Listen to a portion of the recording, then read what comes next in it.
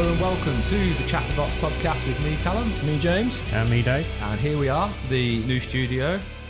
A lot more space. Got the camera set up, everyone can see. Yeah, it's very bright in here, a little bit brighter. Yeah. There's wires everywhere, but you can't see them. Yeah, thankfully you can't see the underbelly of the studio at the moment. We are yet to paint the studio, in a nice green screen and get some funky graphics going on behind us, but... That'll be coming. Yeah, hopefully like some sort of Titan battle just right behind us, but we're chilling on a nice... We've got the models. We've got the models, the models. And we're chilling in the middle of the battlefield on a nice teal sofa.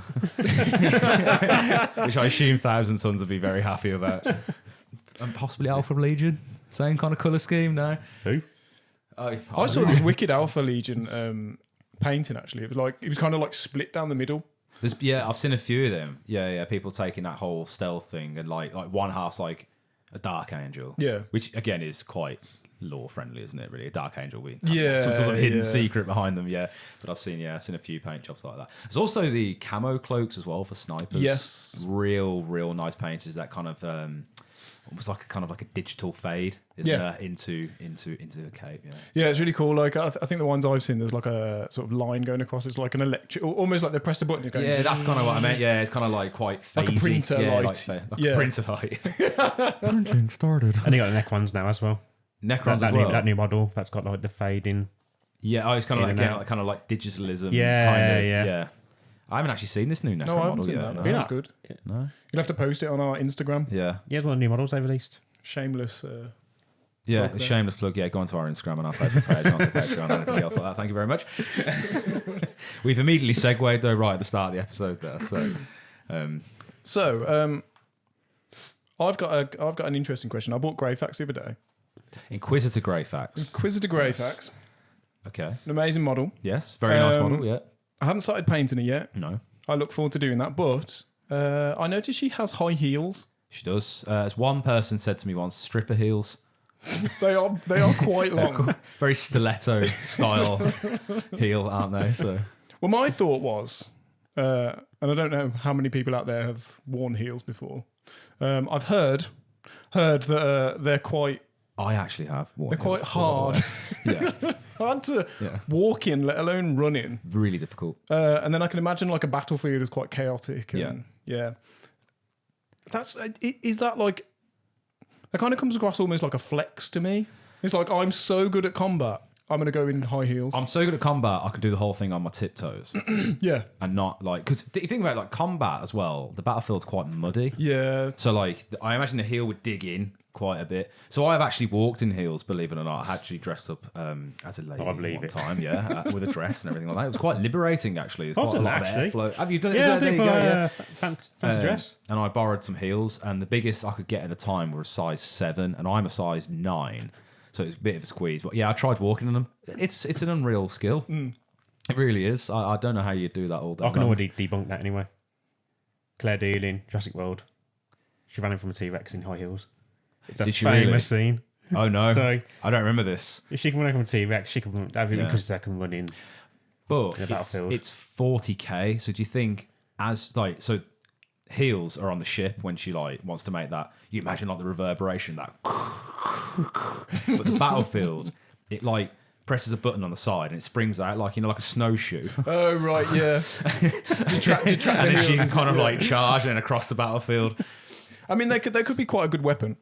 The reason I bring this up is not because, I mean, I am impressed with the heels, but obviously there's that age-old debate of female space marines. Yes. So if a normal female human could do that, potentially a little bit advanced. Yeah. And be a really good fighting force. Yeah. If they were to, become a space marine. Yeah. That'd certainly be a force to be reckoned with. I think so, yeah. Because I imagine a space marine would wear just regular boots. Yeah. And they've already got the skill to do that on the battlefield. Then they're like, well, boots are just like, they're made for walking, as Nancy Sinatra said. So they'd be like really efficient on the battlefield. But obviously, women's space marines obviously a very contentious issue, isn't it? So it is a very contentious issue. Yeah. Do you think that gap was? Do you think it was potentially tried to be filled with Adeptus Sororitas? Female space, yeah. Yeah. Yeah, almost they definitely. tried to kind of like... Yeah, because they'd almost... they'd basically said that they don't exist. And then moved on to the fact that, they're probably alienating some of their audience by, not having female Space Marines, and then brought in a power armored, cool, sort of female only Legion, almost female only. Yeah. That hopefully, I suppose, from a business perspective, would appeal to girls. Yeah. Or men who want women only army. Yeah.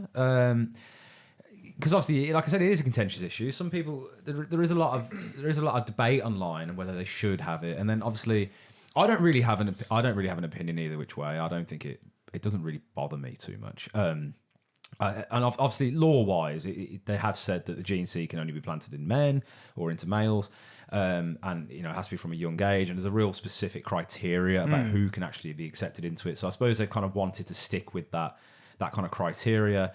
However, then obviously, they brought in the Adeptus Sororitas, where they've given women the same role. However, they're a slightly different branch, aren't they, of the Imperium? Yeah. But essentially doing the same thing. They are guarding, the Emperor, and they have got power armor, and they are cooler. Yeah, and they are way cooler. In some ways, yeah. Certainly saying, they're normal humans. Yeah. Not quite. I think they're like a eugenics program, so they're like, they've been souped up somehow, bred to a point of being like super human, but been souped up in a maybe slightly more natural way. Yeah, they were born into their bodies. And I think I was speaking to you a while ago as well about that. I was saying how it actually is really impressive that they can keep up with male warriors, even though they're kind of human. Yeah, but not so much male warriors, but with Space Marines more so. So it just goes to show how well trained they are and how hardy they are. And I assume that their kind of combat prowess prior to being souped up would have been phenomenal anyway. Aren't they sort of immune to chaos as well, or some stuff got a little bit more there? No, there's a certain branch. Obviously, you got your Repentia and your Mortifiers, who basically are sisters who have like sinned or fallen slightly. So essentially, they are repenting for their sins of maybe having like a doubtful moment. But obviously, they do have sisters that will fall to chaos, and those sisters will. They don't talk about them. They're like, we will not mention said sister. Can they ever come back into the ranks of? Hell no. No, that's no, it. no. I think the idea of the Repentia is to die. I think it's like, okay, you're a fantastic warrior, but you've got this trait about you. You can still fight, but you're now just meat. I think it's like Harry Carry. Is that if that's how it's pronounced? Where like you fall on your own sword. Yeah, was it Japanese? Yeah, kind of like dishonor. So you bring yourself. So the only way to like to an end. And, so it's like an honorary thing to atone for your sins. You will be the frontline fodder. Yeah, and they're like, okay, this is what we need to do. Yeah. They're like, I'm really sorry for my doubtful moment. Bit kind of maybe similar in the same breadth as like the Dark Angels being like, we're going to go hunt our fallen brothers because we need to kind of, redeem ourselves, and this is going to be our only task. Even though everyone's not entirely sure that is what they're trying to be doing, but at least on the surface it should be happening. But it's interesting because obviously they feel responsible, but do you think part of it's selfish reasons? So they don't want to be cast out as traitors? Well, I think isn't. Should we get philosophical here? Isn't everything we do for selfish reasons? Really, it's all kind of we're all doing it for for ourselves, whether that be honor or for a good reason, to feel better about what we're doing, or I might have gone far too deep into a bit of a philosophical rabbit hole there. But I do have things to say on this, but I'm not. I've currently started changing my mindset on it. I was your way with the no selfish thing. But I think recently I've that's for a different looked podcast. in some other stuff. Yeah. But yeah, I think the opposite example would potentially be like a baby. A baby's born, and it tries to smile to you, and obviously it's like completely it's got no other reason to do anything other than just to be nice. So it's kind of like we naturally so maybe they are doing it for selfish reason, maybe out of fear. Well, obviously they're completely defenseless. They rely on someone else, so their defense mechanism maybe to make you love them, but at the same time. By the way, I meant fear for the repentia, not for the baby. I assume babies don't smile out of fear. Like, oh God, where am I? Oh, this is a real big room, isn't it? I assume that's how babies sound in their heads. Hello. Sounds a bit like Stewie from Family Guy. Hello there, Brian. The point I was going to say, Krieg as well. The Death Corps of Krieg. I know they're doing their kind of penitence. Yeah, they're really cool, aren't they? Really, really cool kind of penitence characteristic about them. You have to correct me on the lore here, but I think their world did something wrong. So they got virus bombed. Yeah, so sort of. So they were, as far as I understand it, they were a planet that was doing very well for themselves. They were a very wealthy planet. They had lots of money, and they were quite close to Terra. Yeah. So they were under the kind of protection of Terra. So imperial kind of scope. No enemies really got that close. So it was kind of one of these like almost paradise planets. And obviously because it was so nice, they kind of were like, oh, but we're fine. We can deal with like stuff ourselves. And they kind of went, we're no longer going to be part. We're going to forget this tithe. We're going to secede, is it? Yeah, like break away from the Imperium. Yeah. So they did that, and it went unnoticed for a while. But there were like loyalists who were there, and they were basically like, right, you've completely screwed us over here.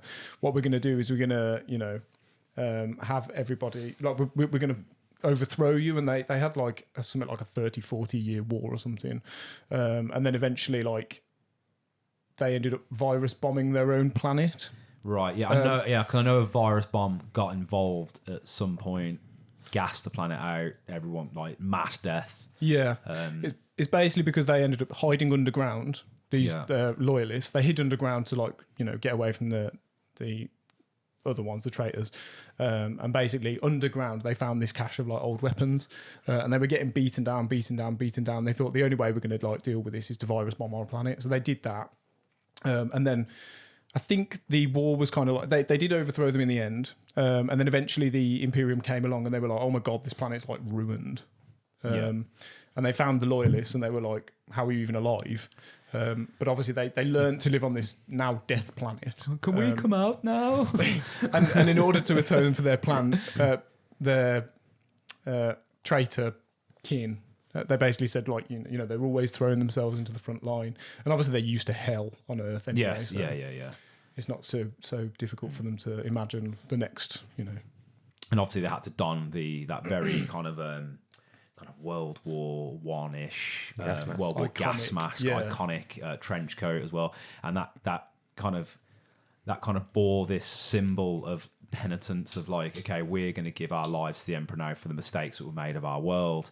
And they fight with like extra hardiness, zeal, and I think death is their ultimate goal as well. A little bit like the repentia, I imagine. Death to die in battle for the Emperor is almost seen as their kind of penitence. Their penitence, their kind of like their sentence is then has been they've completed their sentence and they're kind of cleansed of this kind of guilt that's been inside them. So because I read the gas mask folk, the Krieg, that they're all clones of a person. Okay. I don't know how true it is. I don't know. Yeah, so I think one of the interesting things is they go above and beyond their tithe on a world that should not be capable of providing that many people. Yeah.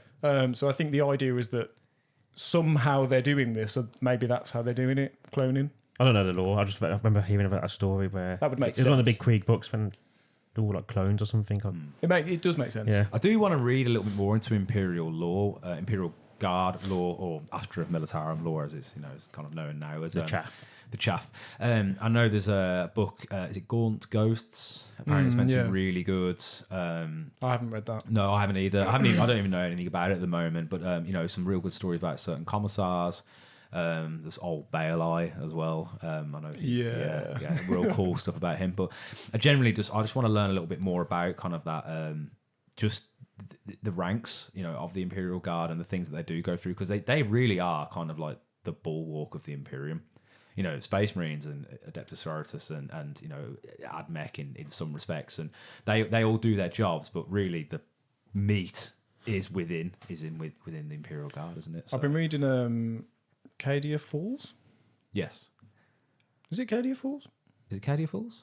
We'll double check that one, but yeah. Cadia Falls? I'm going to have to find that. I can research it. Yeah. Carry on speaking. You carry on speaking, I'll research it. Really good book, to be fair. There's loads of different sort of like perspectives. You've got, your chaos. You've got what's it like inside like a black fortress. You've got the Cadians themselves. You've got a couple of different Space Marine chapters. You've got, I think, like a sub-faction of the Space Wolves, and then you've got a Dark Angels one. I haven't seen Grey Knights yet. Is it possible the Fall of Cadia? That's the one. Robert Fall of Rath? Cadia. That's the one. Yeah. You get that right? Yeah, Robert Rath. Yeah, it's really, really good. And then you've got some Sororitas in there. You've got Rebel humans. It's really good. Yeah. You've got like a kind of demon prince of Khorne who like becomes a demon prince on the planet and starts running rampage, and then you've got like demons that come. Nice. It's awesome, man. It's really one of those good. kind of novels, a bit like Eisenhorn, that kind of has a little bit of everything in the middle of it, and you get to learn, more. Yeah. I've never even heard this book, so that might be my next. Yeah, it's really good. My next, the reason I started reading it is because I wanted to find out a bit more about the Ynnari. I think this is kind of like the prequel to some of those books. Kind of sets up some of the stage of like, I suppose, the Tear. The Tear? What's it called? The Great Rift? Yeah. Cicatrix Maledictum. That's the one. Yeah. I'm trying to pull that out of my head there. That's really cool. I definitely have to give that a look into. Then, like I said, Imperial Guard Lord would be awesome. I'm nearing the end of the Horus Heresy now, or at least the main bulk of it.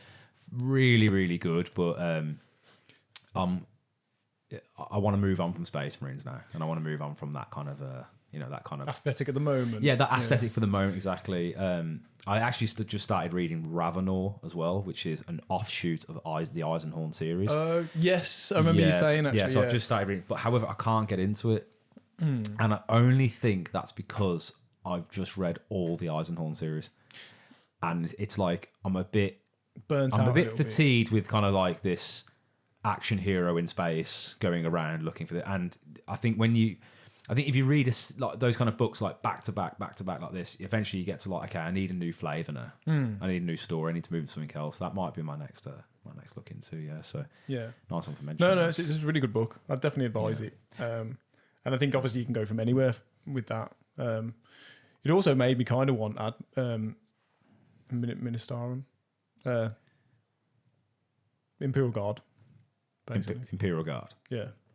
As a book. Made me start wanting to play with. Oh, you wanted to play it? I thought you said there's a book called Imperial Guard. Oh, yeah. I see what you mean. Yeah, I understand. Yeah. That's the word I was looking for. Yeah. You've been reading some books as well, haven't you, Dave, recently? Dark Imperium, yeah. Yeah, because I was going on a long drive and then I didn't end up doing it. So I downloaded the book.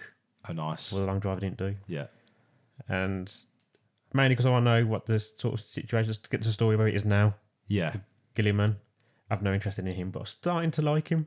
Oh, see, no, this is where you start going down the Vanilla Boys route. And, yeah. You switch your army from Templars to Ultramarine. It will never happen. They're going in loft. And Daddy's new favourite son. But I've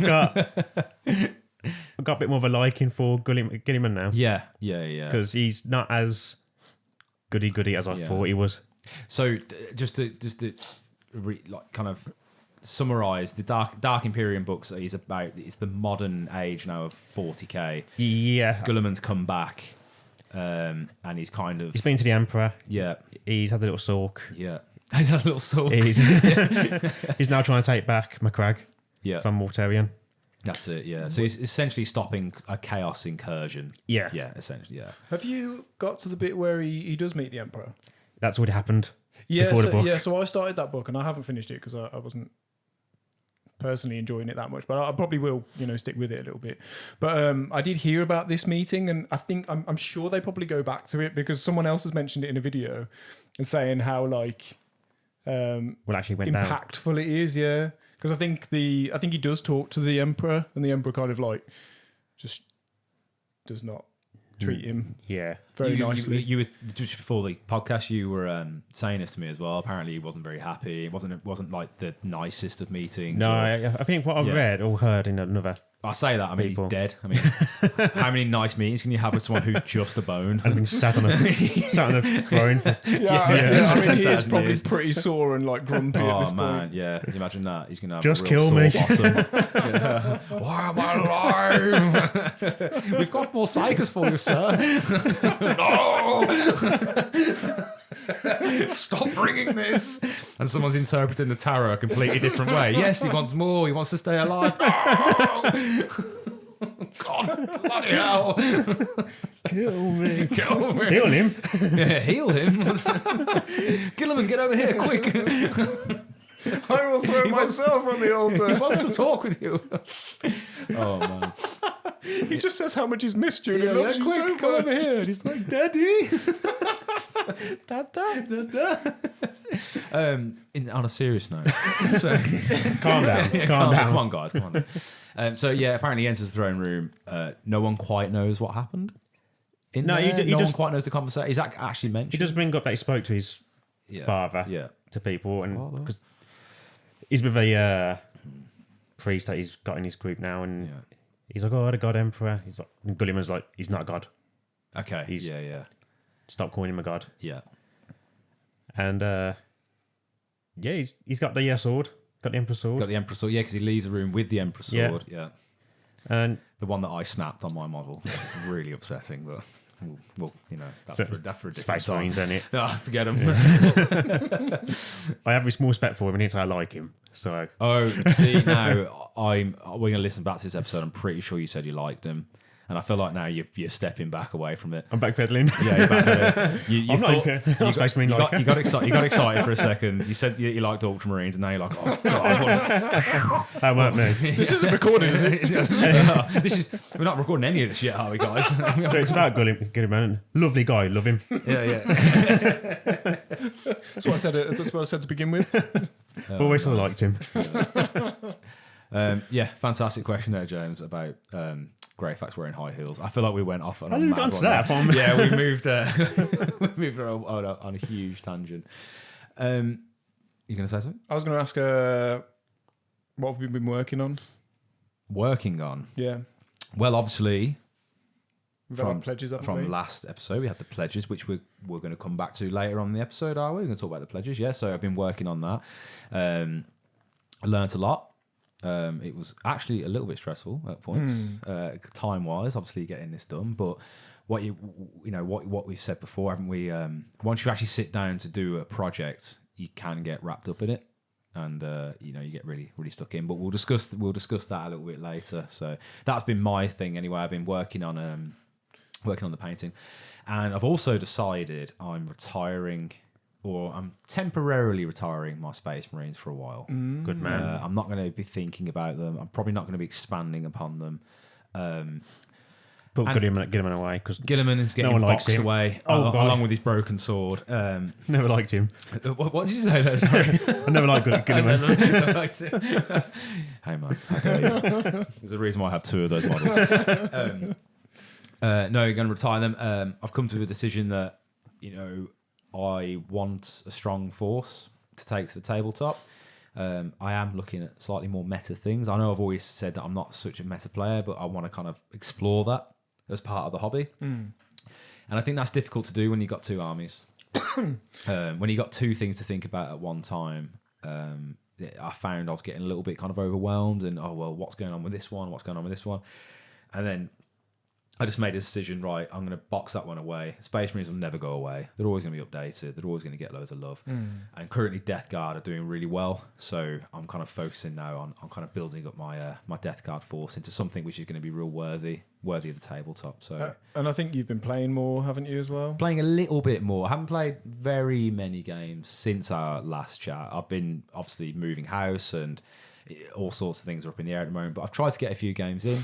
I brought a new person into the hobby, Nick, we mentioned before. He's had a few more games now. So real exciting stuff. And the last time I played Death Guard, real nice game. No, in fact, no. The last time I played Death Guard was with you was not a nice game. What happened there? What does James do to anyone? But yeah, before that, I did actually lose the game before you, James, but it was a very, very, very close battle. Who was that against? Nick? It was against Aaron. Yeah, it was against Aaron, and I had Nick on my side. So it was a 2v1 situation. Yeah. 1,000 points. Actually, interestingly, go ahead. So I think you may have done that wrong anyway, because you had the Death Guard ability, and we were going to come back to this later. But with the Catan, yeah. Should we come back to this later? We might as well talk about it. Should we talk about it now? Yeah. Should we go? Okay, go ahead. Yeah, go ahead. So we were going to discuss complicated rules later. Yeah. We'll just discuss this one thing because it's obviously applicable to your game. So Catan have an ability where is it half damage? Yes. Okay. So in this particular game, this rule won't matter anyway because I didn't have Mortarion. Okay. Yeah. So, but go ahead. So essentially, Death Guard have an ability where they can ignore modifiers. Okay, I'm going to read you the rule, the specific rule, because it's not Death Guard that it's Mortarion. It's actually Mortarion, and it's going to take me a few seconds to find this rule. So give me. That's fine. I'll summarise briefly, but essentially, this ability allows the army units around Mortarion to pretty much ignore modifiers, which would include the modifier that Catan would have on damage. That's correct. So this ability is Mortarion's Lord of the Death Guard ability, and it's an aura. So I'm going to read it word for word so everyone is on the same page. While a friendly Death Guard unit is within 6 inches of this model, that unit can ignore any or all modifiers to its characteristics and to any roll or test made for it, excluding modifiers to saving throws. Okay, so this is, and it was, I think this was clarified in a recent FAQ that it was characteristics this affected. The Satan ability is, I think it's Necrodermis. I think it's Necrodermis. Yeah. Okay, so Necrodermis, whenever you allocate an attack to a Satan, or I think it's only a certain Satan, it might be all Satan actually have a Necrodermis, but that Satan can change your damage characteristic to -1. So 1 off your damage characteristic to a minimum of 1. The wording is important. It modifies your damage characteristic by 1. Yeah. If you're 6 inches within Mortarion, no characteristics can be modified. Therefore, it shuts off the Necrodermis ability. And I did not know that. And that's just one example of reading rules, especially when it comes to Warhammer and Games Workshop's games, is that wording is really important, isn't it? And I think this is a specific point that is worth mentioning as well. This is a really powerful ability, and I've noticed it crop up in a couple of different areas now. So Sisters have one where they can use a stratagem, which is basically the same wording. I think I didn't clarify this in the end, but the Dark Angels, I think their Terminators have an ability where they pretty much do the same thing. Okay. And it all changes so long as it's affecting that character that's shooting or hitting or whatnot. It basically doesn't count. So, for example, one of the most obvious ones would be Armor of Contempt, which affects the opponent's AP. So this is another Mortarion specific thing. So Armor of Contempt, it worsens the opponent's armor penetration by 1. Again, armor penetration being a characteristic. So if you have Armor of Contempt on and they're within 6 inches of Mortarion who doesn't modify it, then Armor of Contempt is shut off yet again. So a really important clarification to be made. And I'm pretty sure, don't quote me, or if you do know exactly the wording for this, please let us know. But I'm pretty sure it was that specific thing that was asked in a recent tournament that it did affect Armor of Contempt because of the characteristics. And it's a really, really strong rule. but if you don't necessarily understand how it works, it can be kind of completely ignored. I think I remember reading, because it's called Light of the Emperor is the stratagem for the sisters. Yeah. And it's really good. It's really good, say, for example, specifically against your army, because you do a lot of like -1s, minus toughness, minus ballistic skill, and I can ignore all that. And it actually, the wording states you can choose. So I can keep the buffs that the sisters get for the +1s to hit, but I can shut off the ones that you minus me. So even things like smoke, stuff like that. There's so many different circumstances where this is going to come into place. Especially because I came in at 9th edition. I'm not so sure how it worked in the previous editions. Unfortunately, I wasn't part of it. But this is new for 10th edition, I think, being able to affect other people's stratagems. So they get to launch a stratagem, and then you can be like, no, that doesn't work. I know it did probably work in some instances, but especially this characteristic changing one, especially when it comes to like smoke and armor of contempt. It's new to me specifically anyway. So I think it just brings a real different dynamic to the game if you can change what your opponent's trying to do at the time. It's like an extra level of strategy and defense. Extra level, Yeah, no, it's really good. But yeah, so the only reason I sort of brought that up is because obviously if you lost this game and that was possibly something that could have happened. Yeah. I mean, the game, it was an interesting game anyway because obviously it was a really interesting type of game with a 2v1, which it's not super common, but also what made it slightly less common was it was a brand new player with me, who I don't want to call myself an experienced player, but I suppose I have to at this point. I've been playing for a few years, so a sort of experienced player. And then it's against another player who's experienced, but still trying to learn about his army as well. So a lot of stuff that we needed to clarify in that game. And I think it's important. I was going to say it's important as well that I think if you come across these rules, which are a little bit janky, I mean, to get that Mortarion rule, it requires a little bit of sitting down and reading. I think it's really important that if you have that, and you want to clarify that, then say that at the start of the game. Say, this is something that happens here. Both players sit and read it together and both agree, okay, that's what happens. Then going into the game, then hopefully there shouldn't be any kind of issues. Did that with Doombolt as well? We always go, just so you know, lone operative. It doesn't work against Doombolt, So that's something that we've been doing, is talking to our tournament organisers to basically pre-clarify rules that we're, I think general consensus agrees with the way that we're sort of using them. But for example, Doombolt is one. It's not a shooting attack, is it? So it's all about the specific wording, which makes it really difficult to, understand and play correctly. And so you could see it potentially being misread or used differently at different places. Yeah. You as a player don't want to try and do it based on your plan that you've set up, and then find out that it's not allowed, or the other way around. They're kind of sitting in the open thinking you can't do it. Especially if you've built a list around that, and you've gone, okay, this is my spear. And I'm going to really drive this in at the right moment. And then it comes to the moment and you're like, and it's like, oh no, you can't do that. Yeah. And that's obviously going to be really frustrating. And then the rest of your game is going to be thrown off. There's still a chance to win, but you're going to be really on the back foot there, aren't you? So, yeah, definitely. Like I said, we'll come back to, we've got some more rules clarification we want to do later on in the episode, don't we? So, but yeah, just to clarify, that's what I've been up to. A little bit of painting and just looking into, just bolstering my Death Guard army, and because of that, I now have 2 little Titans. Well, War Dogs, not quite Titans, but little War Dogs now. Have they arrived? Have you got them? I have got them, yes. Have you built them? No.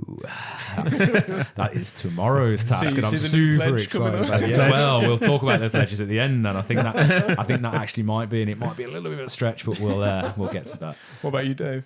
Me? Sorry, mate. I cut you off. Yeah, well, you always do. So. No, don't worry. Go ahead, Dave. Anyway, shut up. That's enough of you. You've had your bit. I can check the new guy here. Your reviews next week, well, I've helped. Now's Dave's time to shine. Mate, I've done... Was our double game in between podcasts that we played at the shop? It was, wasn't it? So we had that double game. I don't know. My phone's over there. And it's got all my games on, which would be really useful to have right now. Unfortunately, we can't move that at the moment because then you'll have no visuals. So. I'm sure it was. So we had our doubles game where it was me and James against... No, that was before because I was about Deathwing teleporting in, weren't we? Oh. Deep striking, yeah. It's not that one, no. I don't know whether we've discussed it. I think we may have discussed. I think we have. I think I might have discussed it on my own, possibly. So there was that doubles game. So have I done? What else have you been up to? You've been up to a lot more than that. Oh, we had our sisters game, sisters against sons. Yeah, that was just brutal. And you tabled me in the end. So this is Sisters Battle, Adeptus Sororitas versus as you said earlier, James just done James things, didn't he? James does James things. Should we let's shut up, James. I've got the ability to when turn you play down. James, did he lube up?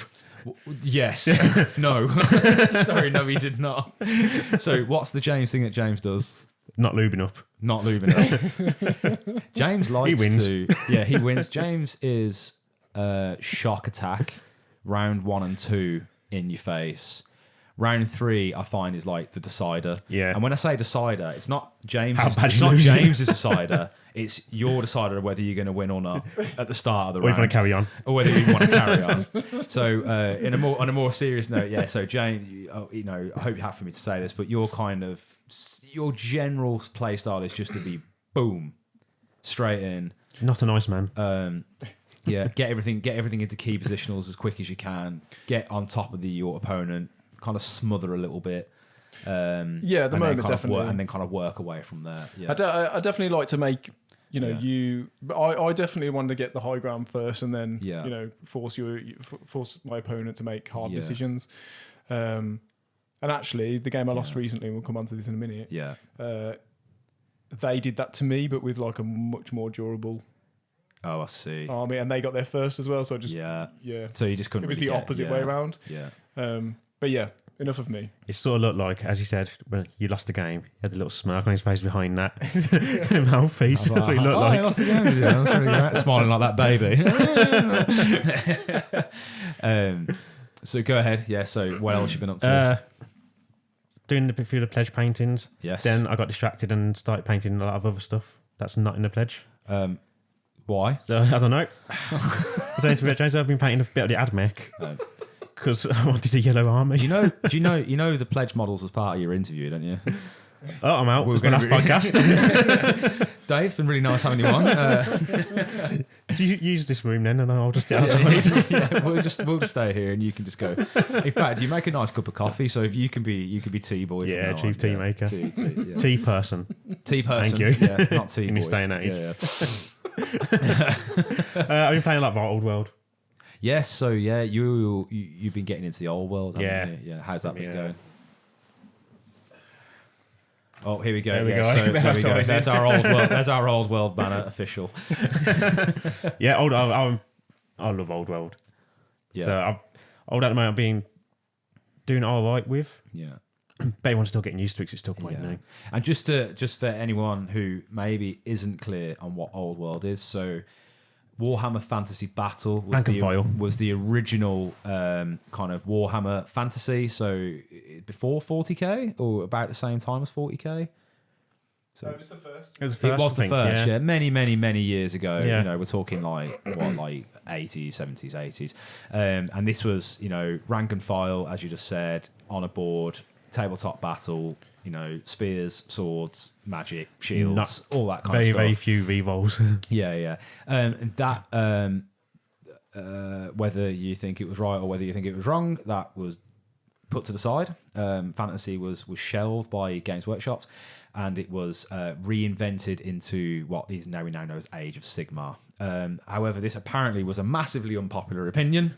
Nobody wanted it, and everybody cried. So they decided to bring Old World, which essentially is Warhammer Fantasy Battle, but based before Old Fantasy. It's based before Old Fantasy. Yeah, I think modernised. Yeah, in a new tabletop setting. I think it's more like Total War games. That sort of reignited the love for it. Yeah. And do you think it's good? I do. Is it taking off? Yeah. Yeah, it seems quite popular. That's good. I think people probably, from what I've read online and stuff, it seems more popular than Age of Sigmar. Really? Yeah, that's what it looks like. That's interesting. Yeah. I like that actually, because that's kind of I refused to get into Age of Sigmar. More recently, like considering it, but Fantasy was just so good. Yeah, I think Sigmar got cool models. The sculpts are probably better than 40k. I think this is the thing. They're amazing. I don't know. I'm going to hold my hands up. I don't know anything about Fantasy or Sigmar. I've never really played it. I think that's what they were trying to do. That they were trying to modernise the fantasy battle into this kind of real new age. I think they were also trying to simplify it a little bit. Yeah. And try different ways of to get new people in, which is kind of their business model anyway, isn't it? And to play devil's advocate, I think I heard that Fantasy wasn't really selling. I don't think. I suppose people who were playing Fantasy would disagree with that and say, "No, I was buying Fantasy." Blah blah. But I think as a greater mass, I don't think people were buying into it. I think they were buying into 40k a lot more than they were Fantasy, and I think that kind of forced a business decision to go, "Okay, let's modernize it." But then it's like when a kid plays with your toy, and you're like, "I want to play with my toy again." And it's like, oh, well, now Fantasy's gone, I want it. And then that's when I think, I might be completely wrong in saying that, but this is what I've heard on, online and things like that people were like, oh, well, it's gone now. And they're pining for it and they miss it. And I think this reinsurgence has brought a lot of that old crowd back again into getting their old models and dusting off their boxes and getting it back on the table. Yeah, I suppose it helps that you can use your old models still. Yeah. So, like, people still have it in storage. Yeah. It was just a really good game system. Yeah. Just really good. Really briefly, how does it differ? This is not a brief. It's just answer, very, very different. From 40k. Very different. Okay. I'll have to win you for a game, like a mini game. I need to play a game. Maybe we'll come back next episode. So you've not got free movement. You've got your block. Yeah. And you got a 6-inch move. If you want to pivot a bit, you got to take the movement off 2 inches, maybe pivot that way. Yeah. Now I've got 4 inches. Yeah. You can pre-measure now, which you couldn't in Fantasy. So listeners of the podcast on Spotify, what Dave was saying there, essentially everything is in a square, and the square moves in unison. And you're saying before as well that attacks from each side of that square differ. So from the front, it's more defended. From the back, it's not so defended. You get more combat resolution from attacking different areas. Yeah. Which is a whole different thing of the combats are pretty much win or lost in combat resolution, aren't they? And yeah, so this is like how the leadership works. Yeah, more attrition based leadership. Yeah, like you could have one big dragon. Yeah, but if enough units go into him, and they can outscore him. Yeah, he might. If you win by say 5 points, he's now got -5 to his leadership, and then that could potentially make him run away. Okay, I see. And you can run him down. It's a bit. I played Total War, quite Total War-esque. Yeah, quite Total War. Okay, right. Yeah, okay, it's much more. Yeah. Rank and file. Yes. And obviously, like if you get flanked in Total War, you're losing leadership bonuses, and they're more likely to run off. It is basically like that. So we just need a fourth host now who's played Horus Heresy, and then we've got like a complete little selection of games we can talk about there. So, but no, I need to give it a go though. Carry on, sorry. I have been talking to someone about Horus Heresy. Apparently, it's really good. You got like reactive I've heard it's moves and amazing. all sorts of stuff. Yeah. Like a bit more. I think though it's probably like the testing ground for 40k. They like try a load of random stuff and then what works they'll put into 40k. Like I suppose like how Overwatch is. Yeah. Like you can do it in the movement now, as opposed to it just on charging. Yeah. That I think they probably stole that from Horus Heresy. Yeah. I think what I've been told Horus it's like 7th edition or something in 40k, so it plays a bit like that, or some of the old editions. I don't know enough about and it. The tanks I think they do have like initiative and stuff like that as well. I think the tanks have like front side armor and rear armor. That's cool. Like the old days. Yeah, I did hear this as well. Yeah. I was watching a tournament the other day and they were basically that loads of them seem to be doing it, but they're like they drive their tanks backwards and they don't care. Oh god.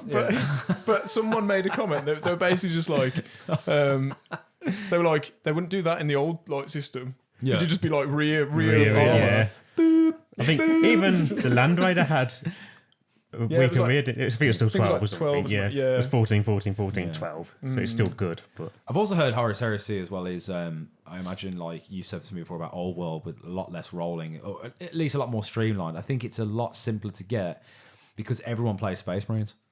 So like most weapon profiles are similar. Yeah. And the vehicles are similar. So like if you're going up against your opponent and he's playing like Alpha Legion and you're playing Imperial Fist, it's like, well, it doesn't really matter. It's flavor. Everyone's kind of relatively balanced and they've got the kind of same kind of stuff and you kind of know what that is. You know what that is. So I think it makes it a little bit more obvious about what's happening as opposed to like you playing like Gene Stealer calls. You're like, well, what's that? And then what's that? And it's only one unit. Yeah, and I get what's what that? you mean. And what's that? And yeah, do you know what I mean? So have to have like an encyclopedic knowledge of all Yeah, armies in yeah. order to... I really love playing 40k, Yeah. but man, it's thick on the old literature about what you need to I think that's what some guy did a review on.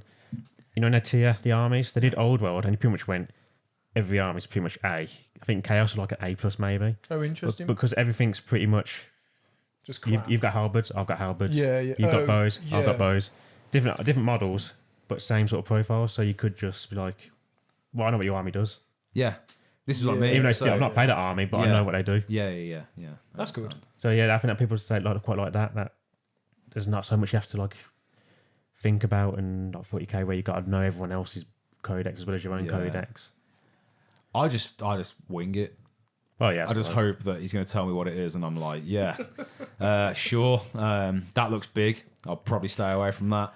They don't look so big. I'm probably just going to run at them. Oh no, they're really good in melee. What are they again? Howling Banshees. Yeah, they can't be that. They can't be that good in melee. I can have them with my scouts. Look how thin they are. I'll get my intercessors in there. I'm sure they'll survive. Yeah. Well, how did that happen? Yeah, what do you mean? I'm removing them all off the board. I don't understand. Damage what? This is off subject, but it just came to me from what you were saying earlier about the neck ones. Do you say Sutton? Satan. I've always known. Everyone calls them different things. I said Catan, didn't I? You say Catan. I've always said Catan. I've heard C-tan. Yeah. C-tan. C-tan. The C dash tan. Is that when you get a tan near the sea? The C. I can see your tan. I can see your tan, yeah. Satan? I don't know why I say Satan. Everyone just calls it different. It's a made-up word, isn't it? So it doesn't really That's matter. very true, yeah. It's not like we can go to Oxford. Like, how dare you mispronounce a made-up word? Yeah. Right, Well, we say the that's same, so you're wrong. Go down. Who publishes the Oxford Dictionary? Let's go and ask them. Ask Google. Yeah, Google. So, James, what have you been up to?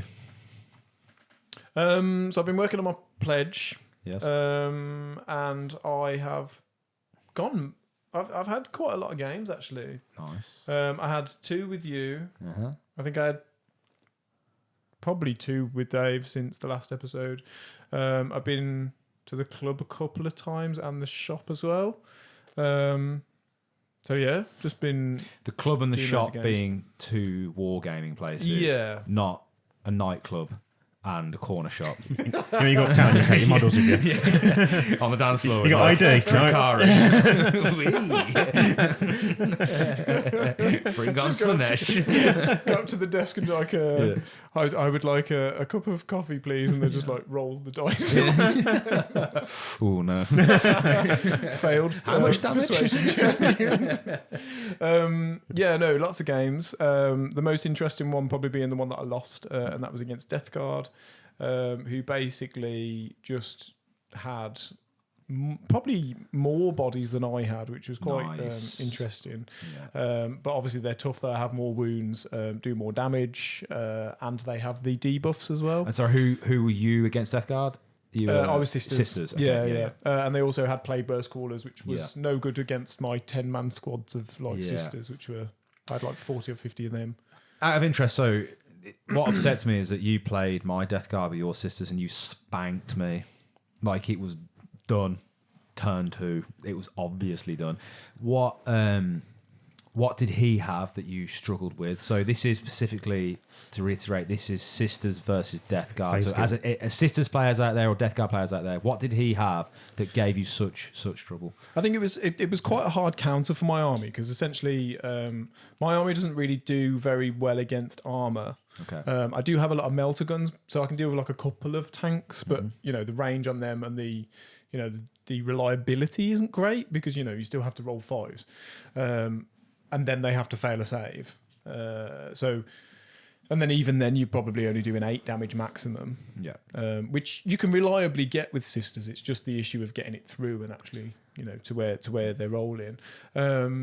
But essentially, he had loads of armor. So he had 3 Plague Burst Callers, which were just bombing my girls. 3. So this is the meta at the moment, is having 3 of them. I've only got 1, and it does well, but it clearly is only doing one man's work. Yeah. So yeah, I mean, to be fair, I don't know if that is like, the be all and end all, but it was causing me issues. Yes, yeah. On top of that, he also had, I think, 2 Predator Predator Annihilators. And they basically had auto cannons and las cannons, which took out my real heavy hitters again. Yeah. And then on top of that, all the rest of he basically just had Plague Marines in Rhinos, and they were just everywhere. So this is what I'm reading is kind of what people are taking. They're taking a real heavy backline that are doing a lot of damage. Then the front is just meat. Yeah, and it was too much amount of Plague Marines. And Plague Marines are hard to remove. They're slightly easier now in this new edition, but I imagine having like a big, thick group of them is just going to be hard. And then finally, just had like a set of Nurglings that were just sitting on the middle objective, just doing actions every turn. Yeah. He took, I think it fixed Assassinate and no, it might have been Bring It Down. Yeah, no, it was Bring It Down. Yeah. And deploy Teleport Homer, so he was just deploying every turn. Yeah. Because he just held that middle. Nice. I did almost get it, but it just wasn't quite there. And then the Bring It Down was, I was a bit vulnerable to that. Wasn't massive, but I think I had 2 or 3 Rhinos and then an Immolator and a Castigate. Yeah, so I probably was. And then I also had 3 Paragon Warsuits and Vol. So you're probably looking like 11 vehicles. Wow. Oh man, so vehicle heavy with anti-vehicle, and with the secondaries of Bring It Down as well. It was just quite a hard count. And then obviously you also got to remember, like, I'm T3 normally, so most weapons are then wounded on 2s because he's got the -1 toughness. And obviously my job is to get up close. How did you find -1 toughness? Yeah, it's just crippling. Yeah. Just because, like, as I say, like, normally you're wounded on 3s, going from a 3 to a 2 is just disgusting. Yeah. That's like double the amount of wounds coming through. And obviously power armor only works so well. Yeah. Where's your Miracle Dice now? Yeah. Where's your Emperor's Blessing? Oh yeah, I mean, in fairness, I've weighted dice, James. In fairness, I also spread myself out too much. So the way I'd kind of planned my list, I basically had my what's it called? The Triumph, which is like the big coffin. Yeah. That basically gives like buffs to everything else. And then all my other squads had Canonesses and Diloguses, which basically give me rerolls to hit and auto 6s. Mm-hmm. The buff aura from the Triumph was basically allowing me to do 2 miracles a turn. So the idea was that I just use all my miracles are all 6s. But I forgot. Firstly, I forgot to use my rerolls with my Canonesses. Secondly, I left my squads were too far away, so no one was getting any buffs anyway. So yeah, they just weren't getting the buffs that they. Wow. I'd planned to use them for, and then just everything just started dying. So. Did you learn from this? Oh yeah. Specifically because of that. I mean, it is tricky because I think that list. The player's a very good player, and he built that list to be an issue for armies that, would normally not have a check in a tournament, or would usually roll other armies. So it's kind of like a way to minimize the overall team score. So they're kind of like it doesn't matter if you win or lose, but just so long as like the margin's small. So then the overall team score is like nullified by that one that would have got like a complete table in. Yeah, I see. Yeah. So they're not getting that massive score. They're just getting like a 5-point score. So I just want to take this moment at this point in the episode as well to point out that this particular episode has been very game heavy, tabletop heavy, and maybe some competitive elements in there as well. I just want to say this is because Dave and James here, you're going to competition, aren't you? Yeah. And it's your first ever competition and tournament. So you guys have been doing a lot of prep for that, haven't you? Yeah, definitely. Yeah, which is where all this kind of stuff that's coming from now. Obviously, taking certain armies in there, taking certain lists in there, trying to learn as much as you can in there as well. And obviously, you've just started going to a club now, and you're quite new to this club. Yeah, pretty new. Well, historically, I went to them when I was like a lot younger. Yeah. Hadn't really bothered because always got you guys really to play with. But it's nice to sort of expand my not just the people I'm playing, but also the types of armies that I'm encountering. This is going to be my question as well. Is like how what's your experience now of like, so you've been playing within your local kind of meta or friendship group. What's your experience now going out into like the big bad wide world, into these clubs? Is the club you go to relatively friendly, I assume? Very nice, really friendly. And what's the experience been with new people and new armies? You think it's going to expand your knowledge a lot more? Oh yeah, definitely. Yeah, and it's really interesting. Like, there's no like social concerns because you know what it's like when you're playing Warhammer. Yeah. Personally, I just forget to eat and stuff. So Yeah. you'll just go for like hours, and you won't have even asked them like, you know, how are you feeling, or you know what you've been up to. It's just like, oh, here's 4 like dice, this, that. Yeah. Even when you like taking it quite casual. So when you go into these places, it's not like there's no awkward moments. There's no kind of like, oh, you know, I don't know what to say. You just like, right, here's what we're here to do. This is what we're doing. And Dave, you go to the shop, as you said before. So there's a shop near you, isn't there? Where yeah, you it's go and a play? club that James went to ages ago in your place, but I go to the shop now. Yeah, and what's your experience of doing that? It's the same thing as James, because everyone's there for the same reason. You just organise your game, turn up. Everyone just... It's good because you can walk and watch other games. That's why, like, if you're waiting for someone's gone to do something or is doing his turn, having a think, you just walk and watch other games, see how that army's playing. So you guys would recommend players to go and join, just go out, and get involved if someone's nervous. Even if the doing first time you don't take an army, you just want to go and observe, just to meet people, like how it's like.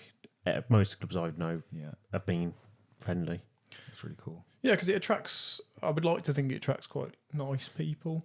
You'd think so, wouldn't you? I mean, ultimately, we're playing We're with grown plastic. men playing with plastic toys. People wouldn't take it so seriously. And, and if you do find that one person that's a bit, you just don't play them again. You know, you're just gonna get it. You are just gonna get it. So like I've done martial arts most of my life. I've been part of different clubs, and even though martial arts is, you know, it's a fighty thing, and you know it is about, you know, kind of roughing each other up. It always attracts the nicest people because, you know, usually people go there are often people who are nervous themselves and who want to learn to defend themselves.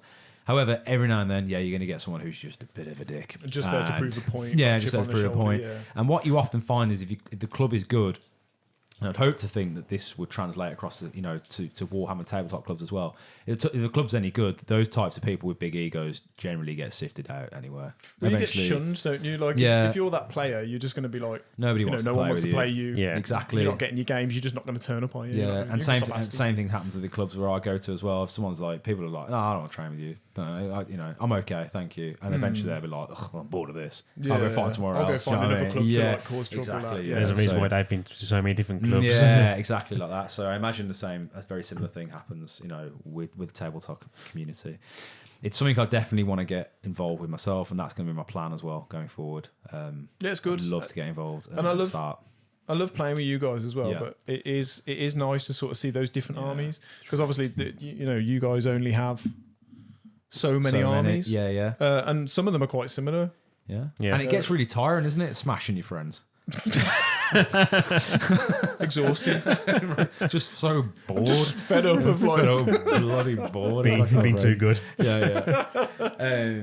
And so in that breadth, off the back of that, you know, with this comp prep, we said we wanted to talk about some rules, didn't we? So some rules clarifications. Yeah, so I've got a couple of rules clarifications. They're a bit odd, and they're a little bit finicky. Yep. They may be a little bit tricky to discuss on podcasts, but these can be things that maybe you can look up in your own time.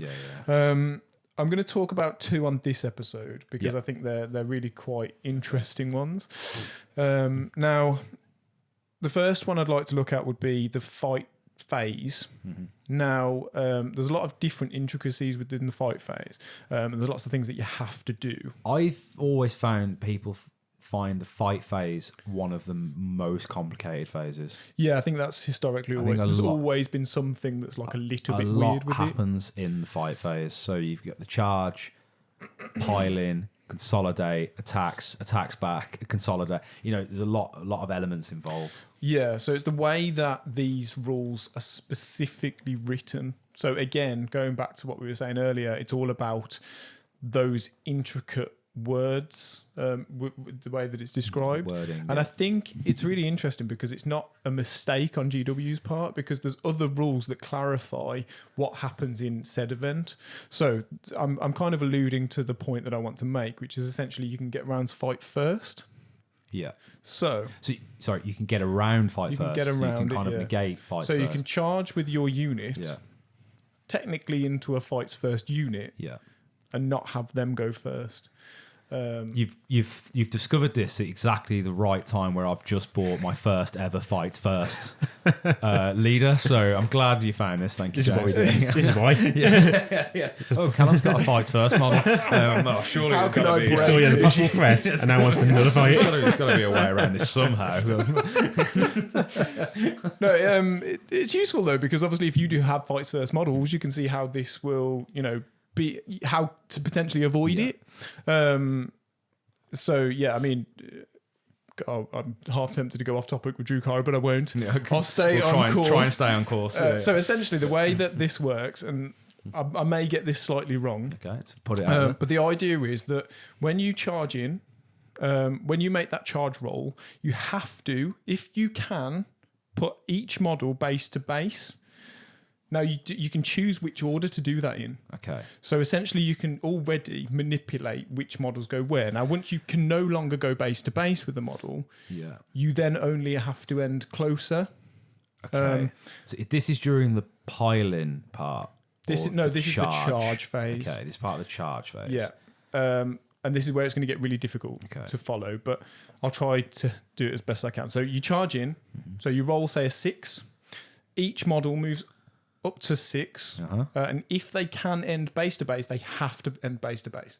So if you roll high and you're 2 inches away, if they're 6 inches away and you've rolled a 10, that you have no choice. You have to put as many base to base. However, you can manipulate this. Each of those base to base, you can put slightly.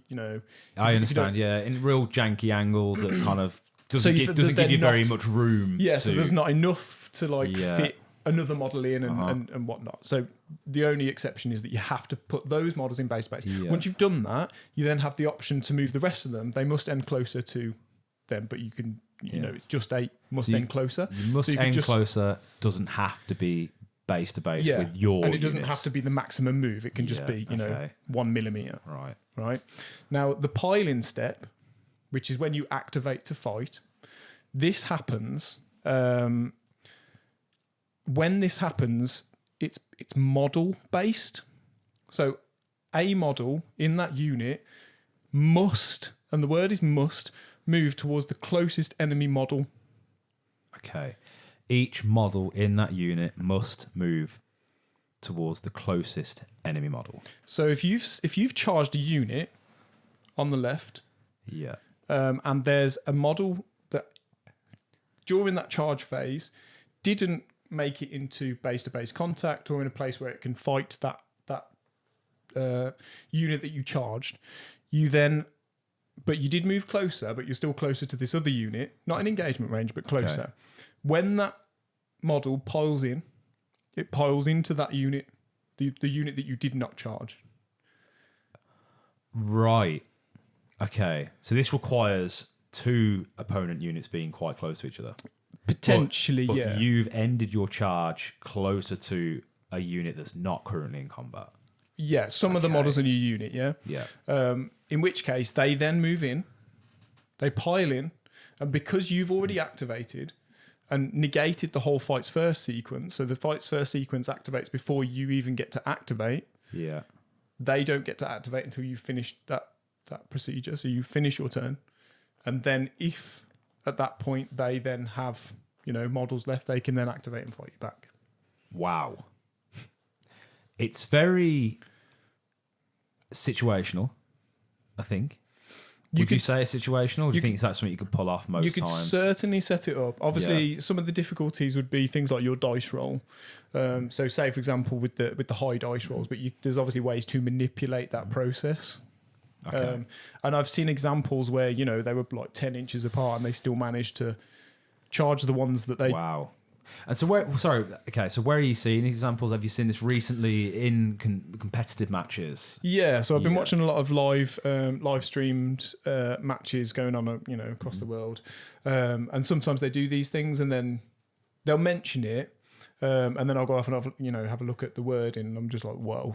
Whoever thought of these things that's is just real. It may be, I don't want to put too many promises out there, but it might be worth us doing a quick recap of that on film and posting it somewhere. to our social media page. We'll certainly try and do that. I think giving a visual, I'm certainly going to need a visual representation of that. But it's really interesting to discuss that because obviously these rules can crop up, and this is obviously how people win certain engagements, obviously by doing certain janky things. So let's maybe if you show me, we can work through it together. But real interesting. And obviously you can do lots of other things with that. You could get into charge range and charge units that you hadn't actually clarified you were going to charge, even if if it was a safer option to do so. I'm also going to clarify as well, listeners of this podcast, because we now have some lovely loyal listeners, don't we? Some of you guys are only just getting into Warhammer.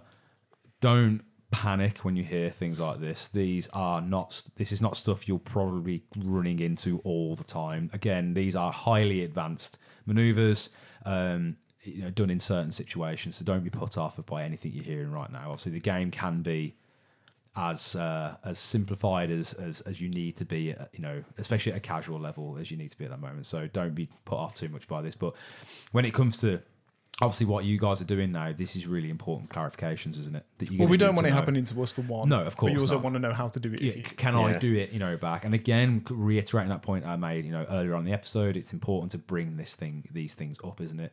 At tournaments or to TOs and say, is this something that can be done? And also, the other thing is you want the knowledge out there so that this isn't a surprise in a game. No. Because I also don't want to do that in, say, tournament scene and then have to spend 10 minutes explaining what I'm doing and how it works and your opponent's like, oh, fuck, what's going on here? You know what I mean? Yeah. And I don't want it to be a surprise for them. I want them to already know about it, so it's not it's not an issue at all. Because the more people that know, the easier that process is. But really interesting. I found it really intriguing. And suddenly you just all these new options sort of open up for you. This exact thing happened. So we kind of discussed already kind of everything I had to say about the Mortera thing. But again, when I read that online, especially about the Satan or Setan. Or Catan, or whichever way you guys say. The Tannies. The Tannies, yeah. When I read the characteristic thing, that's opened up a whole new world of things, a whole new world. That's opened up a whole new world of things, that I can use Mortera for. And again, really important to clarify these kind of like more intricate rules as well to help, just to help with the flow of the game and also help with some more interesting and dynamic, maneuvers that you want to pull off. So. Really interesting. Do you think it's worth discussing one more? Yeah, man. Yeah, discuss one more. We're about an hour right now, so yeah, we got some time. So yeah, Dave, go ahead. Yeah, Dave. So the other interesting rule that I found, and this is again fairly common in a lot of tournaments, but takes a little bit of background research to truly understand. Now, this is basically the way that the character allocation for wounds works, and we discussed this off episode earlier. Yeah, you did mention it earlier. Yeah, carry on. But essentially, it's only when you attach a character unit to a lead, you complete the leader rule, which then gives that unit a bodyguard. That then means that you can't allocate wounds to a character model. Yeah, unless you got precision. Yeah, unless you got precision as an ability. Yeah. So it's only when they've got the bodyguards attached to that unit that you can't allocate to the character model. So if you choose not to allocate that character unit to a unit, you can obviously, this seems obvious until you add in the additional factor that some character models are part of a unit to begin with. So I'm thinking specifically personally about Saint Celestine and her Gemini superiors. Yeah. So this is just a unit that you can take. I think they're 135 points, something like that. So it's Celestine and 2 Gemini superiors. Now these alone aren't attached, but you can then attach them to another unit. And this is from a Space Marine side of things. On my side, it's Marnius Calgar and the Victrix Honor Guard. So Calgar is the leader. He's the main leader model, but he comes with 2 bodyguard and that's 1 unit. Those 3 can be attached to a unit as well. So yeah. So everyone out there is probably thinking, well, why would you want to? Yeah. The reason that this is specifically useful for Celestine, for example, is that while she has a Gemini superior alive in that unit, if wounds are allocated to Celestine specifically, she also gets a feel no pain of 4+, which makes her incredibly tanky because she's got a 2-up armor save, followed by a 4-up invuln, and then a 4-up feel no pain.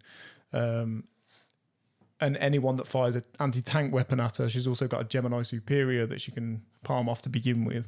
It just makes it really, really hard to take down. And then even if you do kill her, she just gets back up on a 2+. So there is like an incentive to actually allocate those wounds to her first whilst the Gemini Superior is still alive. Because obviously once they're dead, you don't get that feel no pain anymore. So you sent me this message recently. You sent me saying, Calgar's got the same kind of jank. Yeah. But I didn't quite get what you meant.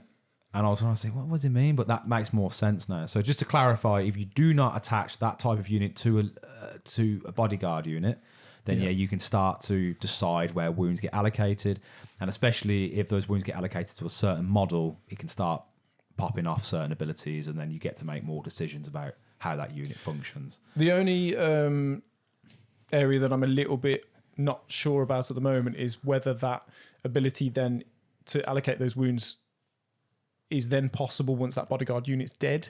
Yeah. So once that, say you have attached them, they're considered attached until obviously that bodyguard unit's dead, and then I'm not sure whether you can then allocate. I think the general consensus is you then can again, but I don't know for sure. And obviously you can't necessarily, like you won't necessarily have the perfect number die. So if you had like say 2 left, and then you've got your 2 Gemini Superior, if you have the 2, if you had 4 die, you can't do the ability. You can't then allocate, unless I suppose you slow rolled, and it would just be a bit weird and janky. So it just gets a little bit sort of grey there. These things are important to discuss, I'd say. Especially, and though, like I said, the 2 examples you brought up there, James, they are. I'd like to say slightly more advanced techniques that that if you have to have the experience really to get that off. But I know some guys out there have been talking to me, especially newer players that have been getting into the game. They needed certain clarification. So to you guys out there, the ones who are listening, anything you need clarifying or anything you've come up with in your games that you can't quite get your head around, let us know. Let us know in the chat and we can start discussing it. If it's something which is relatively we can simply answer, then we'll happily answer it. If it's something that's not so simple as some of the stuff we discussed today, then we'll go away, we'll learn about it, and then we'll have these types of discussions again in next episodes. Yeah. So yeah, really, really important clarifications. You come across anything, Dave, that you found difficult to get your head around, or? I think what caught me off, which I understand now, but it's caught me off before, was when they charge into you, if they're like charging through terrain or something, because you can't see them at the start of charge. Yeah, I think I know where you're going. Yeah, and they end up in combat at the end of the charge. You can't overwatch. Yeah. Because you can't see them at the start of the charge. But can you charge a unit if you can't see the unit? Yeah. You can? Okay, I didn't know. No, this caught me off. Yeah? For what reason? Sisters. Sisters are the reason. So okay. Let's set the scene. So there's a unit. This happened to me before in another game, like one James. It was okay. Yeah, I found this out. So they're inside let's say they're inside a building behind cover. Behind. So say they're behind a ruin. Yeah. You can't normally see through that ruin. No. That unit behind decides they want to charge a unit the other side of the wall. Yeah. They then make their charge roll. They go all the way through. At which point, you come into contact. You've completed that charge move. They can't overwatch that because overwatch happens at the start or the end of a movement. They can't see them at the start of it, and you can't do it whilst you're in combat. Oh wow! And it doesn't work with pistols. I think that was clarified, wasn't it? Yeah. Yeah. So so you can charge a unit that you can't see, and is that just they're all just as long as they're 12 inches away? Yeah. Wow. Okay. Yeah. I'm guessing. That's something. So long as you can make that charge. Yeah. So if it was like a if they're like round a 12-inch corner, wall, you can't go up and over that because you can't make it. You can't make it. Yeah. But you could obviously, if you could make it, or say it was breachable, which means you can sort of like obviously move through if you're in infantry or whatnot. As I'm guessing, vehicles can't have to go round still. Don't they would have to go round. Of course, yeah. So the rule doesn't state it has to be eligible or in sight to charge. It's just if they're within 12 inches, you can charge. Yeah. Okay, that's very new. Okay, that's something which we'll have to definitely look out for. And when you're a Tau player, It's not good because you're often hidden behind something. Or But again, that's a really good way. Say for example, like elf players out there, like specifically Dark Eldar at the moment. I've been using this myself. One of the major issues, and this for a fact, you've done it to me so many times. Overwatch is just deletes units that are like charging, even like those sixes. Just anyone is just a dead elf, and that's just so impactful. You're talking about Howling Banshees. They ain't so good when there's one there. Our game with Salamanders versus Drukhari was real fun. You did end up beating me, and it was a quick victory, but it was pure death on both sides. I had a lot of flamers. You've got a lot of like real strong melee. Yeah. And it just felt like every turn we had, it was like, okay, a load of models gone. Then it was my turn. Okay, a load of models gone. Then your turn, a load of models gone. It was just an absolute bloodbath. Our game was like that with the Sons and Sisters, up until the point where eventually he had more than me and he just tabled me then. And this is it again. It just screws me over again. This does, because I don't rely on it, but one of my favourite tactics is definitely overwatching with flamers. I like to get them in real key positions, making sure that people can't move, and when they do move, I kind of catch them off with flamers. It's and remember that there's a stratagem back in 9th edition. Remember Auspex Scan? Oh yes, yeah. When you deep strike in, if you deep strike in, you just get to instantly. But shoot. Interesting, though, you can just do that now anyway. That's you can do it now. But yeah, back in the day, back in the day, that was my first real use of it, and it was really good. But knowing that like if I'm in cover, you can just basically charge. I can't overwatch a huge well, not in cover. Cover's fine. Yeah. It's just if you can't see that unit. That's what I mean. Yeah, sorry, that's what I meant by cover. But you're hidden behind something or you can't see them. Yeah, which is obviously the way that you play if you want to do the charging. Yeah. But you've got to sort of be thinking about how to change those angles so you can see any units even if they're hiding. But then obviously it kind of exposes you. And I guess when we say in cover's fine, but I suppose if now they're playing that the bottom floor's blocked off, you still won't be able to see them, would you? Even if you're in cover. Unless you at the start of the turn, at start before the game, you decide what's open windows and what's closed. So this is this bottom floor rule, and I've got this wrong twice now. So you first told me about it that bottom floor of terrain is blocked, and you can't see out of it. But the first floor is it's considered to have windows and true line of sight. However, it turns out this is only a tournament rule. Yeah. You can actually, in casual games, you can actually... And some tournaments still nullify that and just go, no, it's just true line of sight. If the terrain has windows, it has windows. Yeah. But only the models I can see out the window can shoot. In one of my previous games, we used these quite crazy ruins. They're like obviously very fantasy based, big open archway windows. And we did have that discussion. We said, what do you think really you can see out of? And I was like, well, it's got gigantic archways, and you can I'd say to anyone see out of it. And people new to the game, try that rule because it does make things interesting. And suddenly, because we had some runes that we could see out of, and some that was completely black, and we'd normally say like you can see out of it. We changed that to say you can't. And it's very important. Really changed. If you're doing like some has, some hasn't, make sure the terrain's mirrored. Yes. Because you start getting advantages. And I think we did have mirrored terrain in this one. So, Also, just to say as well, I think it's always important just to have that conversation before you start your game. Yeah. So you're both on the same page, and then no one's sort of going, oh, is it? I wouldn't have said it was that way.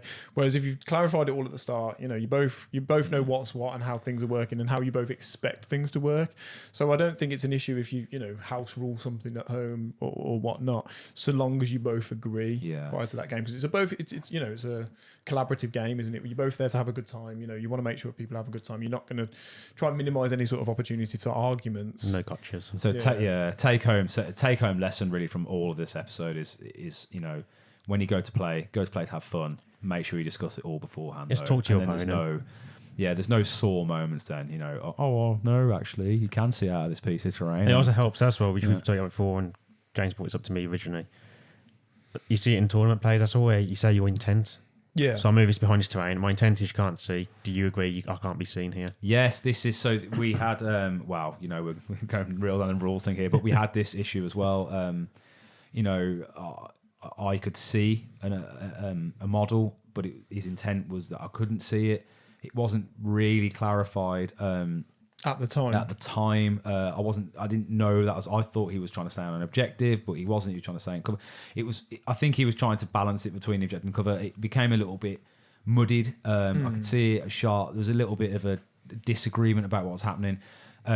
Could have just been, it's no one's fault, but it could have been really easily clarified just by making that intent. Like, I could have asked, do you want to hide that? Maybe they could have said, this is hidden. And I think that's really important, especially going forward for playing as well. Having really good games is just being really open. Most opponents as well will go, if you go, my intent is to hide this, do you agree? Most people will go, I can still see it. I think if you move another inch that way, and I would say that. I'd say you can move it an inch backwards, but it was but it was quite a high intensity game as well. This particular one, it was really close on points at the time, and there was a lot going on. But certainly, learning perspective from mine is just trying. I'll try and be more clear about what can be done and what can't be done. But ultimately having that conversation before and being really open and honest on the battlefield, and that's just gonna make for better players, isn't it? Really. So. Yeah, awesome. That's a lot of rules to wrap our heads around for the next few weeks, and especially, hopefully, if we get to play some games, we can try those out and utilize them. Yeah, there's definitely more, but those are probably enough for now. I think I'd say so. I think it'd be nice to have this as a regular thing. Do some rules discussion, and even simple rules discussion, just things that maybe even experienced people miss. Because there was one I struggled with the other day, wasn't there? So I didn't know this. In games, you've got obviously your actions. So say for example, you've got deploy, teleport, homers, and cleanse. Yeah. I thought till very very recently that you could use the same unit to do that action. Apparently that's not a thing. No.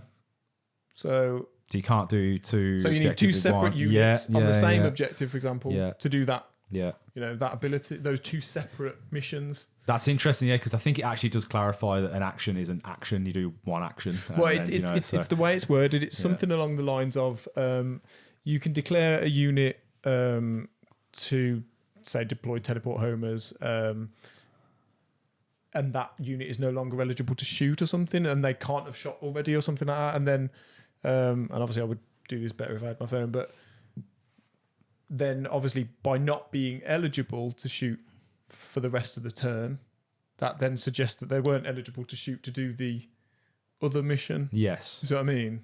Okay. So if it happened at the same second, it would be fine. It's just that they have to be eligible to shoot. By doing that action, it's not considered an action anymore, but it's kind of an action. Once you've done that, you're then not eligible to shoot. So you can't do the other one. I understand. Which makes a lot of sense, doesn't it? Yeah. But and just to let everyone know out there as well, because I keep forgetting this, pistols can shoot into combat. I forget that every single time. Make sure you read on your weapon profiles what class is pistol. Yes, if it says pistol, it can fire into combat. Thousand Sons have warp smite. I think it's warp smite or something like that. It doesn't sound like a pistol, but it is a pistol. I think initially Death Guard, again, I think Death Guard had pistols that didn't have the pistol keyword. And I think that was a huge problem. Everyone was like, what the hell? It's a pistol. Well, I keep having games of Death Guard at the moment, and they keep throwing grenades at me, and I'm like, this isn't how the grenade strat works. Oh, one of our leaders gives a free grenade strat. Yeah, but it should just be grenade. It shouldn't change. Yeah, but it's not. Yeah, it's not the grenade strat though. It's like an actual attack. Yeah, I think you have to throw a grenade and then you do something else. I think it's possibly coming from a vehicle or something. But we'll discuss this after. Yeah, maybe next episode we'll discuss the grenade strat. But the grenade strat is awesome. I've been using that more recently. That is amazing. I need to use it a lot more, but people apparently are using that quite a lot. Amazing. Yeah, and Death Guard gave it for free. Yeah, definitely. Once per battle. I need to read into that properly. Okay, so shall we move on to pledges? Should we start talking about pledges? Yeah, I think Dave's got... Dave, you are in charge of pledges. I found out half hour ago I'm in charge of this. Yes, yeah. Half hour before the podcast. We gave Dave his first task. Official role. Sorry. Also, just quickly, while Dave gets this ready, thank you everyone for sending your pledges in. Just to reiterate, the pledge was a painting pledge. So in our last episode, at the end of the episode, we said that there was we were going to pledge that we were going to get something done before the next episode. Mine was painting a squad of Death Guard Marines, so Plague Marines. James, yours was... Mine was an immolator, and I had a stretch goal of my Paragon Warsuits. Okay, and Dave, yours was... Originally it was Pathfinders. They changed. Cause I'm not doing retail anymore. I changed. I think I did a bit too much. So I went Tomb King, Giant, Catapult, Sorcerer. So you went for real big and models. Scorpion. Okay. I've done 3 out of 4. Yeah. But I think I should have just gone for like the one model maybe. So we'll get to our... So basically I split into 2 teams. So yeah. Oh, we've got 2 teams. Okay, the good team, which is you guys. The good team. And then the bad team, which is my team. the failures. I'm going to try and get them up on my my screen here so I can look into it myself. But carry on. If I've missed anyone out, yeah, I've missed you out. So, tough. I'll do a better job next time. I wasn't prepared. It's your own fault for not telling us that you failed your pledge. It's not my fault. So the good team is Aaron's done his bites. So Aaron has... Wait, Aaron. Okay, no. No, it was. Yeah, Aaron, yeah, it was. Yeah, Aaron's got his jackals. Yeah, so I got one on the screen here. So Aaron had painted some Gene Silicult jackals. Fantastic paint scheme, buddy. Really good. I believe you used contrast paints for this, and I think it's... I never think contrast paint should be poo-pooed off, and I think you've done a really good example here of how contrast paints can be used really, really well. On the quad bike guy, I don't know the names of that guy, but you've done like a blue visor. Looks really, really cool. So well done there, Aaron. It's sort of this pledge things showed me how why is everyone a good painter but me? Why does everyone seem to be good at painting? That's not true, David. But everyone just seems to be a really good painter. Come on, I mean, obviously you've got the boys who actually do painting. James is shit. Oh, that's true. That's a joke. Okay, so no loop for you next game. I'm just going to go and cry in the corner. Obviously got James with his immolator. Yeah, James. So you painted a wonderful immolator, which I cannot. The stained find glass looks right now. dope in person. By the way, we'll probably pop up these completed pledges on our Instagram page. But yeah, got it right here. So James painted an immolator with a stained glass window on top, and I must say, mate, the stained glass is amazing. Incredible. Sadly, I didn't get my Really Paragons done. I was almost done. And after this episode, when I do my new pledges, they're not going to be part of it. Yeah. So I'm not going to actually be finishing that stretch goal. I don't think I'm going to need them in my army list. So. No. And I've got to be like really down the line. Yeah. So yeah, fantastic, James. Looks really, really, really good. That does, man. Someone called Callum. Who's this handsome fellow? So yeah, I painted a squad of Death Guard, Plague Marines. I learnt a lot during this process. It started out really, really well. What helped me the most was I came up with a workflow. Because batch painting now. It's the first time I've ever batch painted Marines or batch painted anything, and I had to, because my mind is really scrambled. I just can't focus on tasks if there's too much to do. So I actually came up with a workflow, and by workflow I mean like undercoat, first metallic, second metallic, wash, then this detail, and this was across all 5. And I got the workflow working really nice, and I think it came out quite well. Like I said, I'm not going to blow my own horn, but I think I still want to look at them, but in the photos they look amazing. Yeah. I want to come back to this later, batch painting. Absolutely. Yeah, absolutely. But I learned a lot in the process. There's certain things on the models that when you look really close is like, it's not so good. A few little imperfections, a few little things I just didn't quite paint the way I wanted to. It turns out I really struggle washing things down and then highlighting them back up, especially with whites. I found that really tough. Especially finding people who have the same issues. You're going, I look close at it. Yeah. These look bad, right? But put it far away and look at the tabletop standard. So this is it. So, when you're painting as well, it's so close to your eyeball that you can see everything. And then I was getting really upset with myself, like, oh God, it's not quite there. But then when I put them down on the table, I was like, if all my army looks like that, I'll be happy. Yeah. If everything looks like that, it's going to look really, really, really nice. So, and I'm not the greatest painter in the world, but standing back and looking at it, I was just like, yeah, that I'm happy with that. The big centerpieces might be a bit different because you can see more. Centerpiece, that's why Mortarion's taking me so long. Yeah, because I really, really want it to come out. Yeah, Magnus is up there somewhere. Yeah, half done. So well done, Callum. By the way, the paint was wet just before the final part of the pledge there, so I was really pushing the boundary. So who else we got? Next one, I don't know if it was a pledge or not, but this needs a shout out with is Richard with This is Richard Williams. Yeah, oh my God. This would be the walking bipedal zoanthrope. Is that correct? What a model. What a model.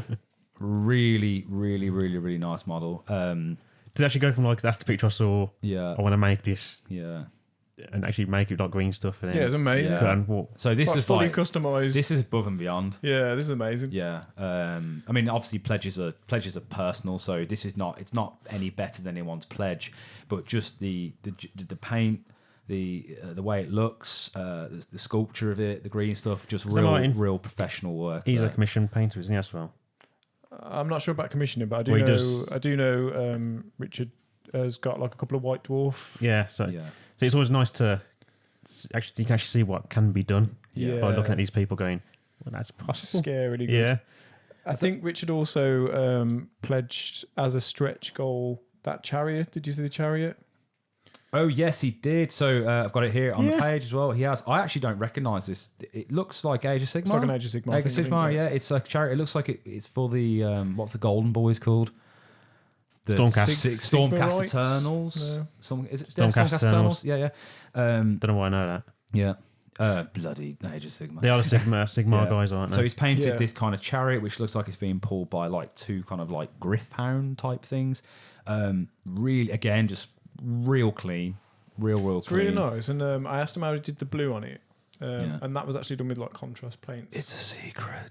It's really cool though. And I did think about your models, Dave, because you have I think you're possibly your Thousand Suns with that blue. Yes. Right? There's like a way that the blue like he's put on is just like it has like a really nice transition, but it is using contrast. Yeah. So yeah.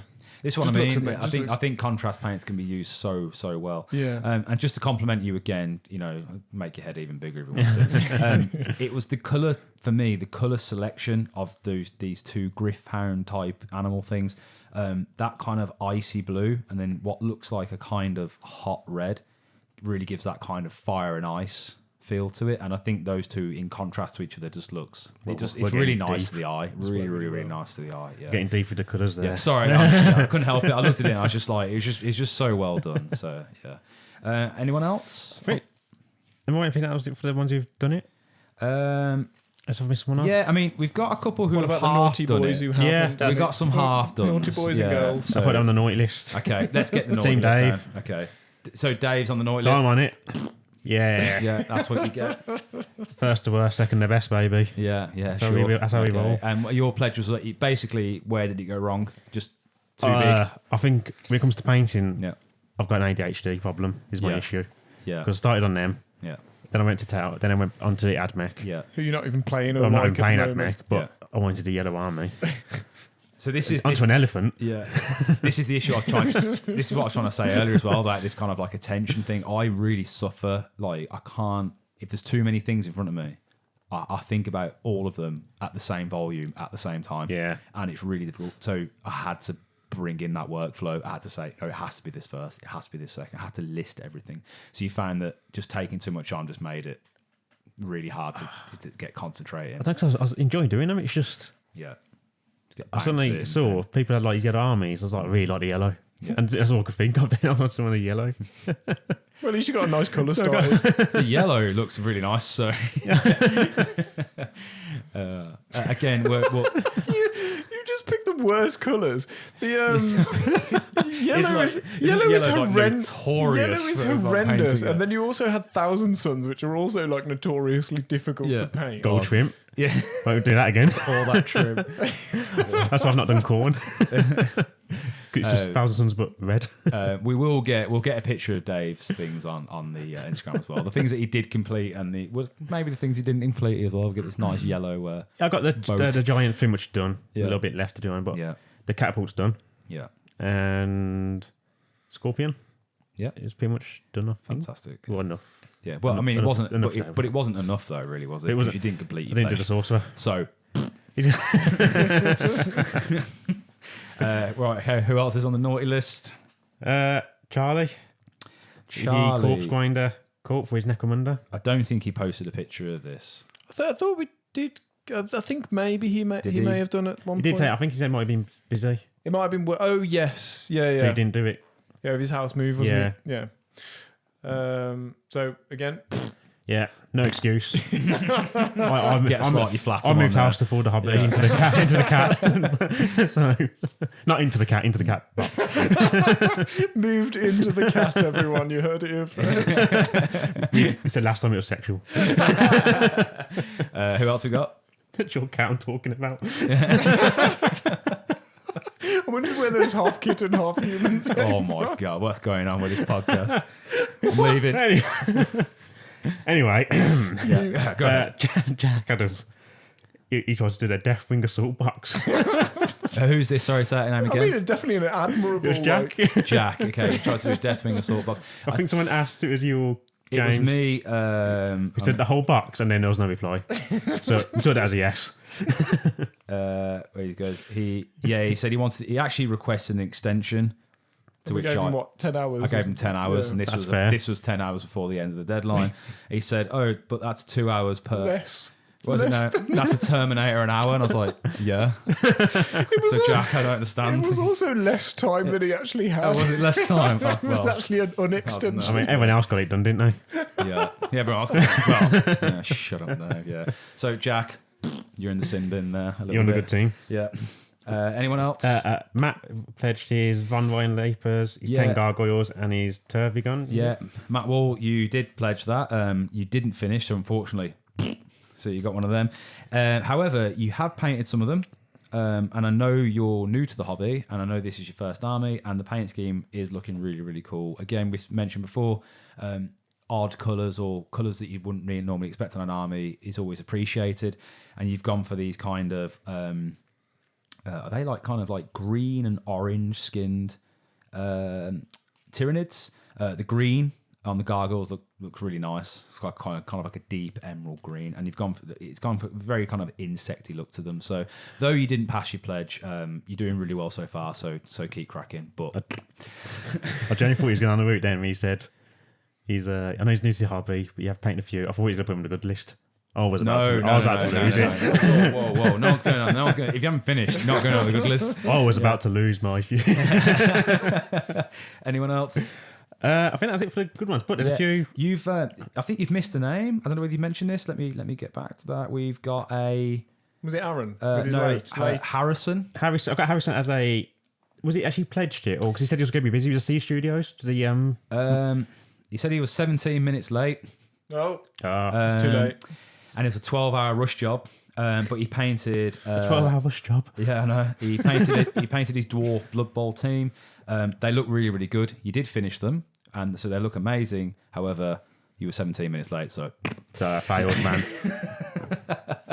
But still, that's a big failure. But still, you've got another round of this to go. The Emperor demands his time. That's like, when someone's done a marathon and everyone's left, but there's one person just finishing it. Just finishing it. But the Dwarven Blood Bowl team looking really, really good. The beards look really nice and dynamic. You've gone for kind of like a blue and metallic look here.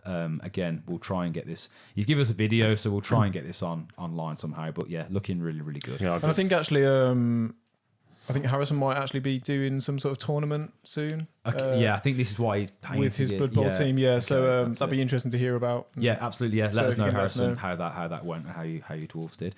Is that all the pledges? Yeah, that's it. But there's one shout out which I got for here. Okay, which was Travis for that floor he did with all the flashing lights and. Oh yeah, man, that was incredible. Dope. Boarding actions. Kind of kill team-esque. Well, I think he said he would use it for like almost anything. Yeah, but like Warcry. I could really see it for Warcry as well. Yeah. So this is terrain that essentially it's slightly elevated on kind of like, it looks like MDF, but underneath it it's kind of like LEDs, so a bit of flashing and like, you know, that kind of strobe lighting effect going on. It just gives the whole board this real awesome.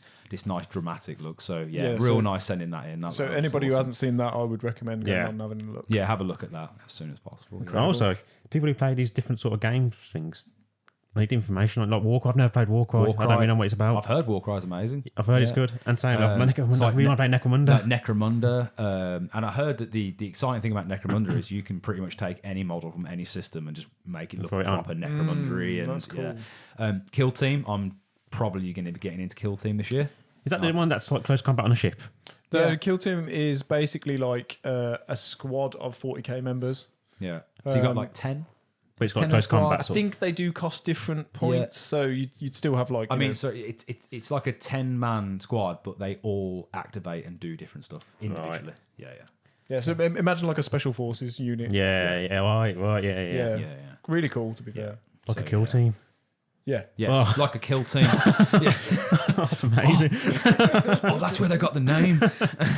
Genius. So that's it for pledges and that's it for shout outs. Well, I'm going to go live on air and make my next pledge, I think. So is it pledge time? New pledge time For us. Yeah, I've got mine ready, so mine's a bit of a stretch, but mine's going to be a real big one because I think I've almost got my list ready now, and most of them are grey. So I've basically got 1,000 points to paint. So and what faction is this? Yeah, this is Sisters. So you got 1,000 points of Sisters. 1,000 points of Sisters. Yeah. Before probably it'll be between this episode and next episode. We're going to be playing our tournament. We've got about 44 days, something like that left. Yeah. So essentially, we're going. Yeah, I've got a lot of painting to do. So at the moment, I'm going to pledge a Rhino, a set of 10. Can't remember what they're called. The sisters with like the shield and the spears. Yeah. Junith, and my Arco-Flagellants. Yeah. Okay. I thought teams are changing names next time then. That means I've got Arco-Flagellants on the list, and I might not have Arco-Flagellants in my actual end list. So. Looks like the bad team's going to be called Team James next time. So that's been committed now to audio and video. So that's your pledge. Dave? 1,000 Submarine. What? Fail. So the guy who failed this time has now completely lowballed us all. So I think, does basing count? Because I've got my 1,000s pretty much painted, but they're not based. How many 1,000 suns? I mean, I'd like to say basing probably is a requirement if they're on the base. How many can you see behind you that aren't based? A fair few. All of them. Okay, I'll take basing as a pledge. Yeah, that's going to take you some time. I think. I've got quite a lot of sands, so they're probably all going to be sanded. Yeah, excellent. My pledge is because I got some new little war dogs. I need to build. I'm going to build and fully paint one of them to a good standard. Paint one. Yeah. Nice. Because it's going to take some time. It's a vehicle. I want to see some free hands on the shoulder pads. Yeah. Pledge to it. Put a script on it. Okay. Put it to a vote. Let's have it. Okay, I'll freehand shoulder pads. Yeah. That means I need to go home and learn freehanding. Just literally do an art degree. Yeah. I was going to quickly go to the University of Fine Arts. Yeah. The University of Art College. Does that exist? Want some chaos scripture written on it. Artiversity. I'll surely give it a go, and if my model gets ruined, then it's James's fault. Yeah. So all for the pledge. All for the pledge. That's our 3 pledges. We'll get them up on the Facebook group tonight, and obviously this is now up to you guys. So your pledges, as soon as you hear this episode, which should be coming. Well, there's no point in telling you when it's going to come out. You should be hearing it right now. Get it out there. As soon as you hear this, we'll say, get your pledges out. Think of what it's going to be. Make it something which is obtainable, but don't make it something which is just too easy. So don't just paint one marine. Obviously, the point is that you're pushing yourself to get things done within the hobby. So and obviously, we put you on the battle good list, but it's all about it's just trying to make something maybe a little bit mundane sometimes, just a little bit more fun. So I mean, I've definitely enjoyed it, and I've loved seeing everybody's pledges and seeing what they're trying to do, and hopefully we can make this whole process a bit more entertaining. Sometimes it's nice to get that when you're doing painting, you think I'm getting a bit bored of this, but put a little in progress picture up, and people will be like, it's coming along really well. We'll push you along. But who needs to make a pledge? Yeah, Patrick. Well, I mean, we missed him off the list, didn't we? But didn't he pledge to paint his kitchen? Yeah, his kitchen. His kitchen. His kitchen. Has he painted his kitchen yet? And just to reiterate, while Dave's getting it up, just to reiterate, no, he hasn't. Oh, so he's on the naughty list. So Pat, that's lazy, isn't it? Yeah. Not painting your kitchen. I mean, to be fair, I wouldn't. When he's got work in the kid, that's just lazy. That's just lazy, man. Come on, you've got a child. You've got child labour there, haven't you? I'm not going to finish my sentence. That's maybe not. But yeah, all you guys who have painted like Matt, you painted already half them up. Looking really good. Everyone else, just carry on. Maybe that could be your next pledge, getting them all fully finished and ready. So at the end of it, we'll all meet up at Warhammer World, have a big old game. Have a big old game and a burger at Bugman's Bar. At the end of the year. At the end of the year. I think that's it. Are we happy? Are we happy? I think we're happy. We'll call it there. So. Yeah. That's our, our first full proper episode here with Dave in the new studio. Hope you really enjoyed it. As is ever, like this, subscribe to us, share it with your friends. If you know anyone out there who would really, you think would get a good laugh or some good information from us talking, or just generally want to hang out, over the interwebs, then yes, share it to them as well and let them know who we are and where you can find us. We'll have links to where you can find us actually, in the show notes here on Spotify and also in YouTube as well. We've got a link tree. And I think that's in our Instagram. It all just links to one page. All linked to one page. We used to say everything all at the end, but it's all going to be linked to one page. We'll make sure that's up there. So, OnlyFans? OnlyFans, that's coming. Coming soon. Coming soon. Who doesn't want to see us? I'm just working on the winter weight at the moment. The mankini. Nudes are coming. Okay, so some nipple horns. Yes, Magnus style. Magnus style nipple horns. Okay, yeah, what a fantastic highbrow the 40k Madonna end to the episode just there. Okay, so we'll call it there. So that's everything from me, Callum. Me, James. And me, Dave. And happy hammering, guys.